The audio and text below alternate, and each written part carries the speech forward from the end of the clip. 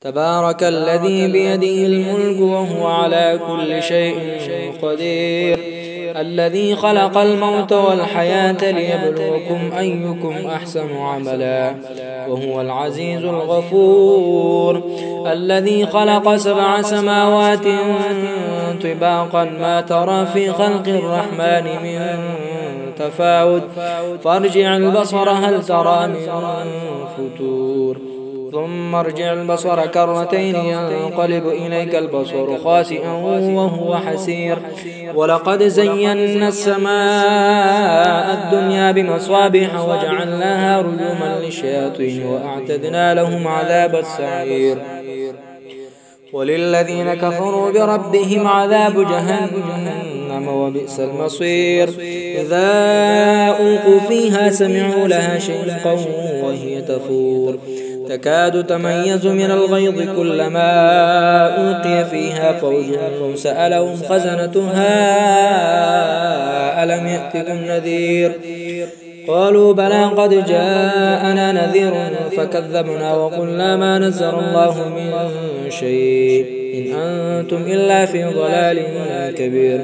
وقالوا لو كنا نسمع أو نعقل ما كنا في أصحاب السعير فاعترفوا بذنبهم فسحقا لأصحاب السعير إن الذين يخشون ربهم بالغيب لهم مغفرة وأجر كبير وأسروا قولكم أو اجهروا به إنه عليم بذات الصدور ألا يعلم من خلق وهو اللطيف الخبير هو الذي جعل لكم الأرض ذلولا فامشوا في مناكبها وكلوا من رزقه وإليه النشور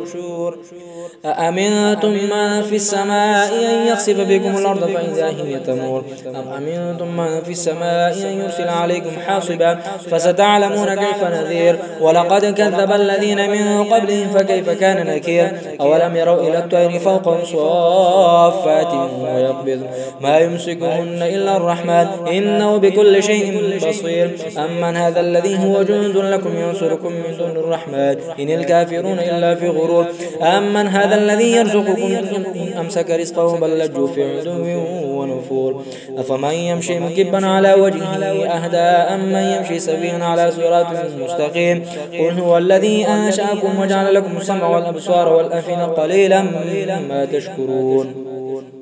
قل هو الذي ذرأكم في الأرض وإليه تحشرون ويقولون متى هذا الوعد إن كنتم صادقين قل إنما العلم عند الله وإنما أنا نذير مبين فلما رأوه زلفة سيئت وجوه الذين كفروا وقيل هذا الذي كنتم به تدعون قل أرأيتم إن أهلكني الله ومن معي أو رحمنا فمن يجير الكافرين من عذاب أليم قل هو الرحمن آمنا به وعليه توكلنا فستعلمون من هو في ضلال مبين قل أرأيتم إن أصبح ماؤكم غورا فمن يأتيكم بماء